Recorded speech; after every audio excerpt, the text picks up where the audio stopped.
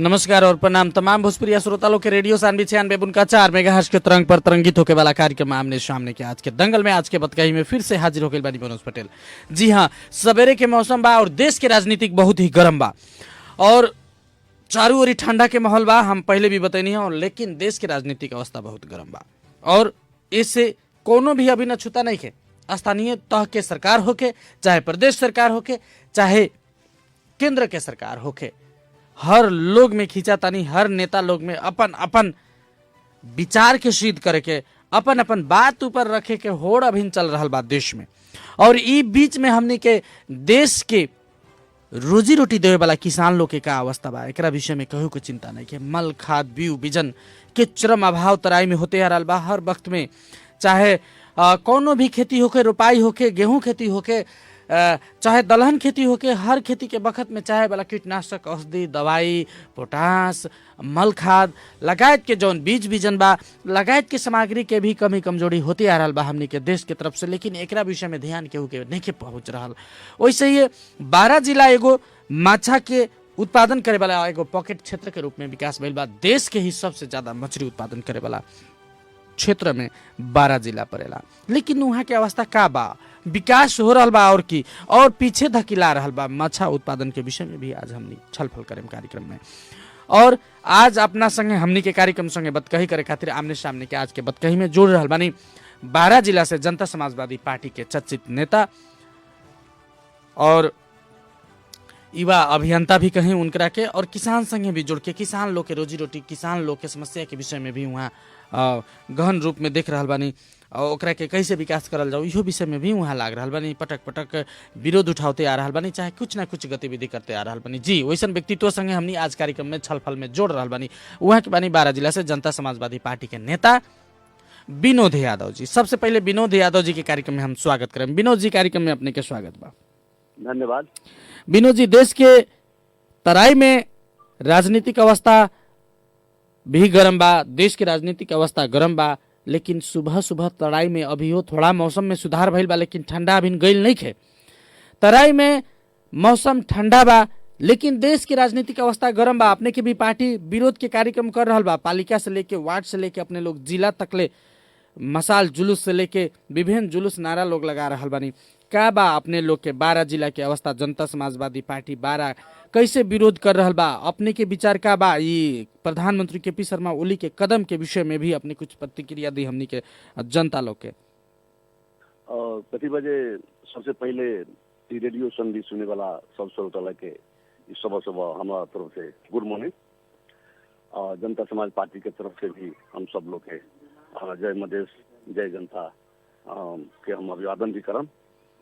कति बार मनोज जी, अभी जो केपी शर्मा ओली के जो असंवैधानिक कदम के विरोध में हम सब लागल बानी, निश्चित रूप से ये देश के कति बार संविधान के रक्षा करे के जिम्मा लेल वही संविधान के मातहत में रहे वाला प्रधानमंत्री, राष्ट्रपति, ये सब लोग जो संविधान के जो खिली उड़ौले बा ओकरा के विरोध कर स्वाभाविक बात बा। हमनी का भी करता नहीं करे के चाहिए जी। हमनी देश की जनता भी हैं, नेता के मतलब बा सिर्फ हमनी व्यक्ति नहीं की, हमनी जनता बानी, जनता के साथ बानी। अब अगर ये परिस्थिति में अभी विगत में सब लोग कोरोना के कारण से पूरा ग्रसित रहा अवस्था में देश के पूर्ण रूप से जनता के अभी न कोनो विकास हो सकल, न व्यवस्थापन हो सकल, न कृषि के अवस्था ठीक ठाक से बा, न व्यवसाय के अवस्था ठीक ठाक से बा। जनता अभी माने अनिश्चितता के अवस्था में गुजर रहा परिस्थिति में ये जो नया एगो राजनीतिक मोड़ देके केपी ओली जो अंतर्राष्ट्रीय दबाव में पड़ के जो गतिविधि कैलन, देश के साथ जो न्याय कैलन, संविधान जो न्याय कैले बान, हमने उनका विरोध में मानी सब।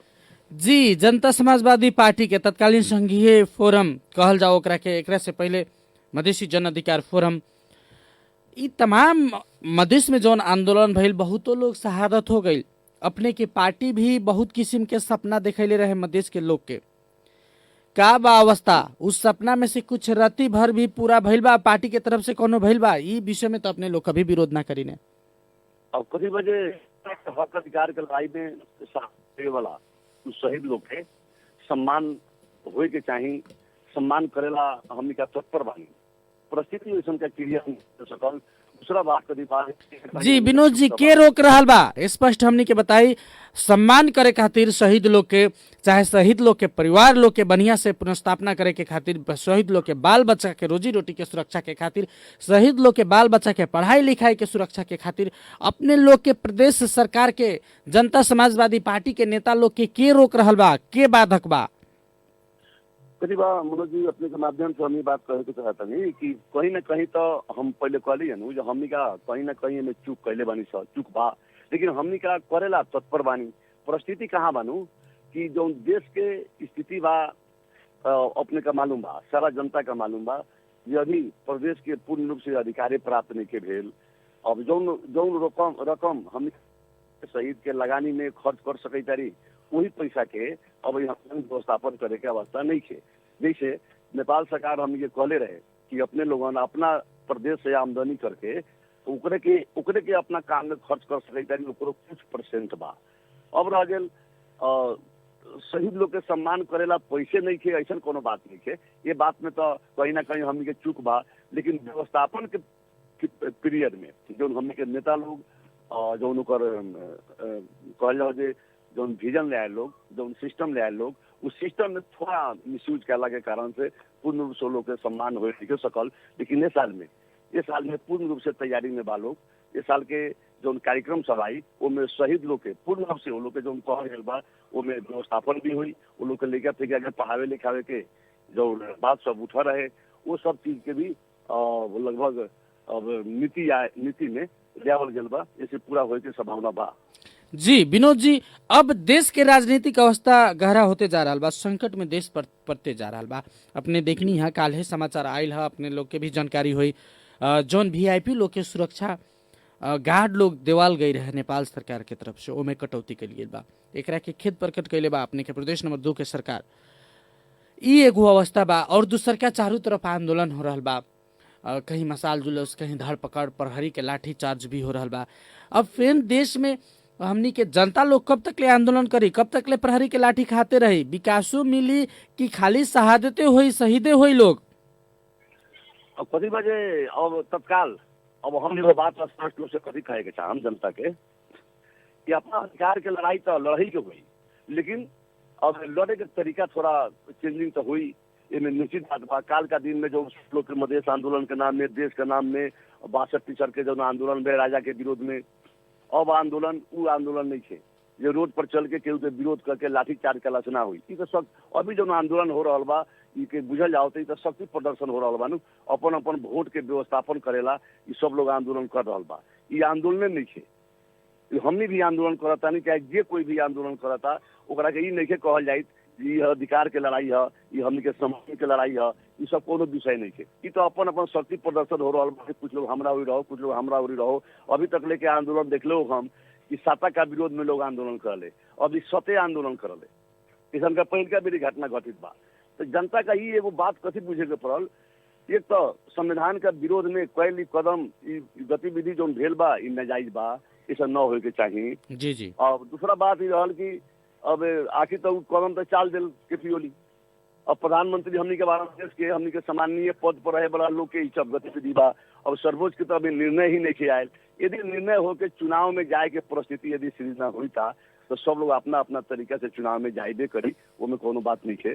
लेकिन हमनी के तत्काल ही कहे चाह कि संसद पुनर्स्थापना करके देश के ट्रैक में पहले ले आवे के पड़ल, संविधान के सम्मान करे के पड़ल। वैसा का परिस्थिति जो सृजना नहीं हो जाए तो ये सब कोनो गतिविधि में सब चीज नहीं थे। अब रह गया आंदोलन के बाद जहाँ तक कहता नहीं, जनता लंग एजेंडा नहीं है, नेता लंग एजेंडा नहीं है।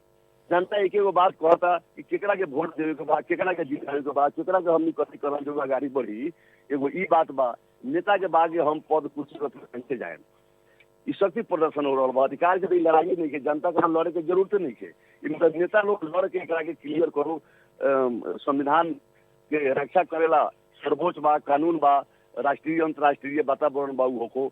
और जहाँ तक हमनी के जनता समाजवादी पार्टी के बात बा तो हमनी के पार्टी अभी स्थिर नहीं है, अनिश्चित बा।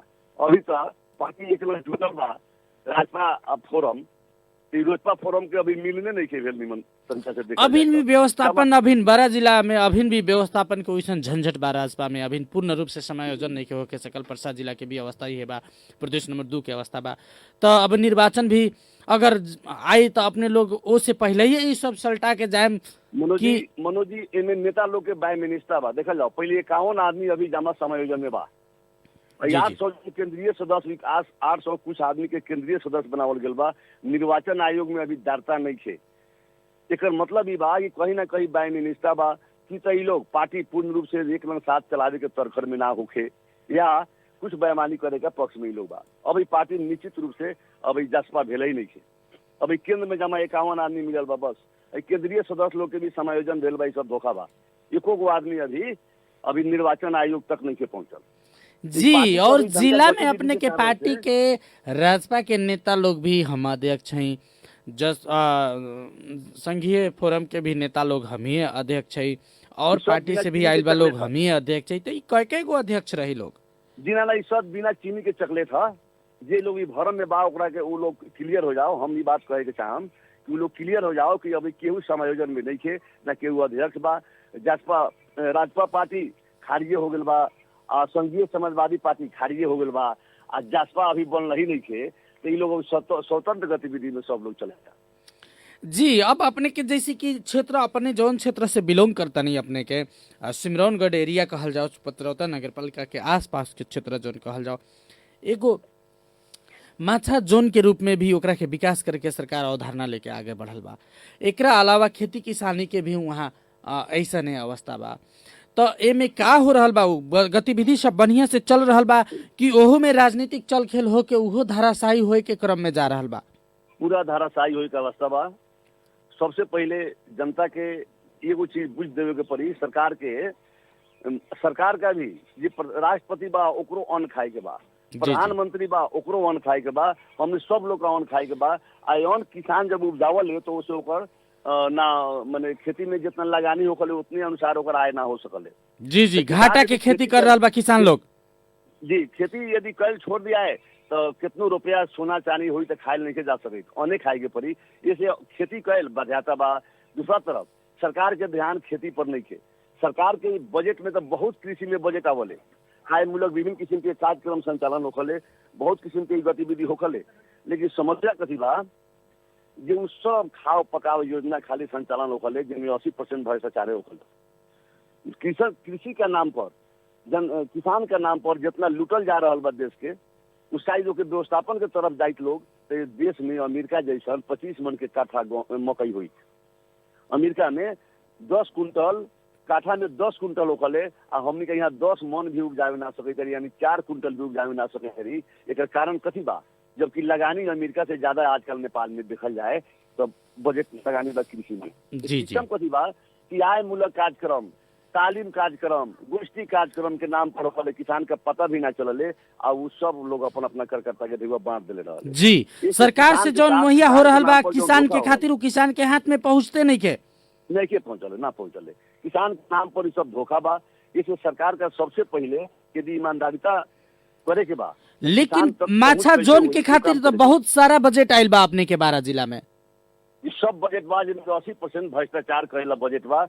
कृषि का नाम पर खाएला, दलित का नाम पर खाएला, कार्यक्रम का नाम पर खाएला। जाओ ना हमारे नगर पालिका के बात करम तो कार्यक्रम के नाम पर ढेर करोड़ों विनियोजन होखले, लेकिन एको को कार्यक्रम में संचालन ना हुई। सब आसार में अंतिम हो जाई तो 20% 15% रकम तय हो जाई एथी से एनजीओ से क्लब लोग से। अब पैसा ओकरा खाता में डाल दिया और 80% रिटर्न ले लिया ले। इस अनका किस्म के कार्यक्रम जनता का पता भी ना चलले आ ओकर कर के ढेउआ करोड़ों रुपया अनावश्यक खर्च हो जाले। ऐसे कथी हुई बुझल जाओ ना। इस अनके कार्यक्रम नेपाल सरकार के ऊपर से बा। ये पूरा भ्रष्टाचार में लिप्त बा सरकार, जे संरक्षण में पूरे भ्रष्टाचारी नीचा से लेकर ऊपर ले संरक्षित बा। जी। तो विनोद जी अपने लोग जैसे नेता लोग जैसन, अपने लोग जैसन नेता लोग, युवा लोग, अपने लोग जैसन अभियानी लोग का कर रहल बा, सब देख के अपने लोग देखत नहीं। अपने लोग भी तो राजनीतिक में बानी, अपने लोग के भी तो दायित्व बनता। वैसन चीज गतिविधि अगर होता तो ओकरा के विरोध करे के पड़ल, ओकरा के पर्दाफाश करे के पड़ल। ये जिम्मेवारी अपने के है कि ना है? अभी से 2 साल पहले मनोज जी अपने का मालूम हुई कि 75 नगर पालिका के 10,000 जनता नगर पालिका का द्वार पर गेल। अनावश्यक रूप से हमनी के टैक्स जो लगौले वाला की तो हमनी के निश्चित आवश्यक जगह पर खर्च करा, आना तो हमनी के टैक्स छोड़ दा, 2 में एगो तू काम कर, 10,000 जनता गेल। लेकिन नगर पालिका सुने वाला ना भेल, उल्टे सीडीओ के 2-4 लाख रुपया दे के जो मर गलन, कथी गणेश भट्टराई कथी नाम रहे उनकर, वो सीडीओ साहब के पला के बात हुआ के बतावा तनी, हमनी का में रहल बानी, हम वो आंदोलन में रहल बानी, 10,000 जनता रोड में रहे एगो नगर पालिका के, ओकरो के लाठी से दबावल गेल, जनता के आवाज के बन गेल। अनावश्यक रूप से 8-10 गो लोग पर, 12 आदमी पर जान माने उद्योग मुद्दा लगा के नेता लोग पर सबको साइड में ले आ दिलक। प्रशासन ही तो भ्रष्टाचार के पक्ष में बानू, हमने अदालत भी गई नहीं, अदालत भी थोड़ा दिन के बाद में अपने के काबा दिल्ली राजाचार्य कि ठेके पटा चल नगर पालिका के चल बान नहीं छन, लेकिन कोनो नगर पालिका पर अपने मुद्दा देहम तो नगर पालिका के जीत हुई है। कोनो किस्म के आवाज अपने उठान तो नगर पालिका की बात हुई, सरकार लाठी लेके अपने के द्वारी पर खड़ा रही, मत हाला कर। और नगर पालिका के भीतर कोनो किस्म के भ्रष्टाचार हो रहा बा, जनता अख्तियार में जाई तो अख्तियार सीधे बोलावले, कहले जे अपने तपाई माथि मुद्दा परिसक्यो, अब आउनुस मेयर साहब कसरी तो सलटनुस मेयर साहब अब परसेंटेज का आधार पर पैसा दिहन, अख्तियार भी चुप हो जाला। ये सब जानल बात बा हमनी के साथ, कहाँ जाए अपने, जनता के आवाज कोई सुनई वाला नहीं थे, सरकार सुनई वाला नहीं थे, तो हम कही निश्चित बुझ गई कि जो सरकार बानू पूरे भ्रष्टाचार करावे के तरकर में ये अपन काम कर रहा बा, ऊपरे से संरक्षण कर रहा बा भ्रष्टाचारी के, कारण की बहुता भ्रष्टाचार ओकरा अपने करे के बाद हमनी के निराश होकर चुप हो गए बानी सब। जी तो अब कैसे निकास मिली विनोद जी, अब जनता के निकास कैसे मिली? अब जनता के निकास ला व्यवस्था के बदले के पड़ी, ये सरकार के चेंज करे के पड़ी कि जौले केपी ओली के सरकार कम्युनिस्ट के जब रखत बखत जौले हट नहीं के जाई तो देश के अब कैसन व्यवस्था बदलाए विनोद जी? जनता लोग के नेता लोग जैसन जैसन अपने लोग कहनी वैसन वैसन व्यवस्था बदल दिल, राणा के हटैलक, राजा के भी हटैलक, ई जौन बहुदलीय राजा सहित के जौन सरकार रहे ओकरो के हटा के अब संघीय गणतंत्र लोकतांत्रिक सरकार गठन कर दिल। जनता अपने लोग नेता लोग के कहला के अनुसार जनता लोग जथी जथी नेता लोग कहलक वो कर दिल। लेकिन अब कैसन व्यवस्था चाहिए? अब एहू से कुछ दूसर व्यवस्था बाकी व्यवस्था तो जनता के वास्तव में कहले बा, जनता तो नेता ला कहू, देश ला कहू, समाज ला कहू, जो लड़ाई लड़ के कहले बा वो सम्मानजनक बात बा, इनमें कही जनता के चूक नहीं खे, चूक तो नेते लोग के बा कि वो लोग निश्चित रूप से करे वाला काम वो लोग ना करके कहीं ना कहीं सब लोग, अब कहू ना कि अब कथी कहू, हम यो कहिए स्पष्ट रूप से कहे के पड़ी कि नेतो लोग पूरे के पूरे भ्रष्ट बा। सिस्टम में ना ले जाए के मतलब, सिस्टम में ना जाए के मतलब बायोमिनिस्टर के साथ संविधान बनावे के, कानून बनावे के जिम्मेवारी तो नेता लोग का मिलल।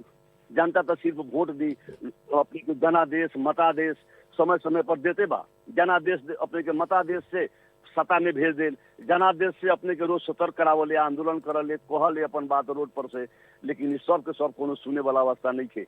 आ एक विकल्प भी जो फर्क नहीं थे लोकतंत्र में, अब लोकतंत्र बा, लोकतंत्र में जनते के आवाज सुने वाला जनते के प्रतिनिधि ना होके तो जनता के चूक थोड़े भाई, तो नेता के चूक बानू, लेकिन इनमें जनता का ध्यान देवे पड़ी। और समाज में छुपल नहीं थे, पहले होने का भी 20 वर्ष के बाद स्थानीय चुनाव दे रहे, आदमी के परखल गाढ़ हो गए रहे, लेकिन अब तो सब चीज परख में आ गए बनू, केकरा से कथी हो सकी, विनोद जी से कुछ होए वाला बाकी ना, यदि नहीं होए वाला तो जनता का विनोद जी का लोभन पर प्रलोभन पर जाए के ना हुई, सत्य चीज के जाने के पड़ी, बुझे के पड़ी, तभी देश के विकास हो सकी। ओकरा बाद में जो युवा लोग बा, पढ़ल लिखल लोग बा, सब लोग नौकरी में विदेश में चल जाता लोग, ये राजनीति के जाए के मतलब नहीं खोजत लोग, तो वो जे जानकार लोग राजनीतिक में अबे ना करी। आ जे चुनाव लड़ता है, अब 5 गो चुनाव लड़ता तो वही में चलो निमन चोर देख के देवे के पड़ी, तो फिर चोर चोरे हो, चोर चोर मौसिया भाई हो जाले। जी कुछ अच्छा आपने के कहे के मतलब कुछ अच्छा लोग चुनाव में आवे के पड़ल और कुछ युवा लोग के भी, जी युवा लोग के भी, पढ़ल लिखल युवा लोग के भी राजनीतिक में आवे के पड़ल। अभी तक का बाकी युवा में सारा गलत गतिविधि करे वाला लोग ही बेसी युवा में, बढ़िया लोग कहेला ई राजनीतिक हमनी लायक हैले नहीं कि छल कपट वाला रुपया पैसा खर्च करे वाला ई चीज बा, तो कैसे आवे सकी? वैसे युवा लोग पढ़ लिख के तो ना आवे सकी राजनीतिक में, मारपीट धई झगड़ा रुपया पैसा के चल खेल बा खारी राजनीतिक में। अब वो चीज अब लगभग मानो जी अपने ये बात स्पष्ट होकर जाओ, करीब अब जमाना बीत गया कि पैसा से मिली 10% लोग तो मुर्गा के टांग खींच के वोट कहियो दी, गलत तत्व तो कहियो रही, अपने के हवा में ऑक्सीजन बा मानवला तो जहर भी बा हवा में, ओकरा के भी आदमी पचावेला, लेकिन सबसे संघर्ष करके आगे बढ़े के पड़ी। एक मतलब ही नहीं है कि अगाड़ी देखल जाए कि ना यहाँ कुछ गंदा बा तो उसे डर जाए तो होई, ओके सफाई कैला से होई नहीं। ऐसे जब चाहिए लोग उहे पढ़ल लिखल बुद्धिजीवी लोग, युवा लोग चाहिए लोग, तब ये देश के परिवर्तन होई। हमियों का ये बात के निश्चित रूप से बुझे तरी ना तो पहले के सरल गरल लोग जितना बा उ सब अभी राजनीतिक में हावी बा। आज जितना पढ़ल लिखल युवा बा, विद्वान बा, बुद्धिजीवी बा, उ सब रोड में बा। अपना ही देखू ना, अपना ही के पत्रकार समाज में देखल जाए पढ़ल लिखल युवा लोग बहुत सारा लोग रोड में बउआईता, जरा कोनो ओकर हमनी के देखी ले कि ओकरा भर माने ओकर आवश्यकता के परिपूर्ति होए के अवस्था नहीं है। ओकरा आवश्यकता के परिपूर्ति होए के अवस्था एक तरफ नहीं है, एक तरफ जना का चले के लोग नहीं के, बोले के लोग नहीं के, समाज में नेग्लेक्ट के लोग बा। वही सबको लोग राजनीतिक में आके पद पर जाके सब प्रशासन करले तो ओकर शासन कैसन हुई, ओकर सत्ता कैसन हुई, ओकर बुझू ना। आखिर ओकरा माथत में तो रोगो पड़े के बादू जे डॉक्टर इंजीनियर हुई हमारा नगर पालिका के, ओकरा ऊपर जो हमने के मेयर साहब जीतल हुई हन, बोले मेयर साहब मैट्रिक पास होकस ना होकस कोनो बात नहीं है, लेकिन डॉक्टर इंजीनियर के तो मेयर उहे बड़ा ना, तो ओहू पर शासन करे के बाद ये से ध्यान देवे पड़ियो डॉक्टर इंजीनियर का कि हमर शासक कैसन होए के चाहिए। तो अपने जयबे ना करम, निमन लोग के ले आबे ना करम, अपने भाग जाए तब वही तो राज करी। अभी निमन लोग पृथ्वी पर ना रहे छोड़ के चल जाए तो निश्चित बा कि बिहान जानवर राज करी। जी, इतना बढ़िया बात हमनी के कार्यक्रम में आके अपन विचार के साझा कर देनी है विनोद जी, बहुत बहुत धन्यवाद अपने के समय उपलब्ध करा देनी हमनी के ओकरा खातिर। धन्यवाद, हमारा तरफ से भी बहुत बहुत बधाई बा जी। और रेडियो हमनी के सानवी सुने वाला कार्यक्रम आमने सामने के ई कार्यक्रम में अभी जुड़े वाला हमनी के तमाम भोजपुरिया श्रोता लोग की भी बहुत बहुत धन्यवाद और विशेष धन्यवाद हमनी के सत्येंद्र जी के प्रविधि कोर के सहयोग के खातिर। आज के कार्यक्रम से हम आज्ञा चाहें, नमस्कार और प्रणाम।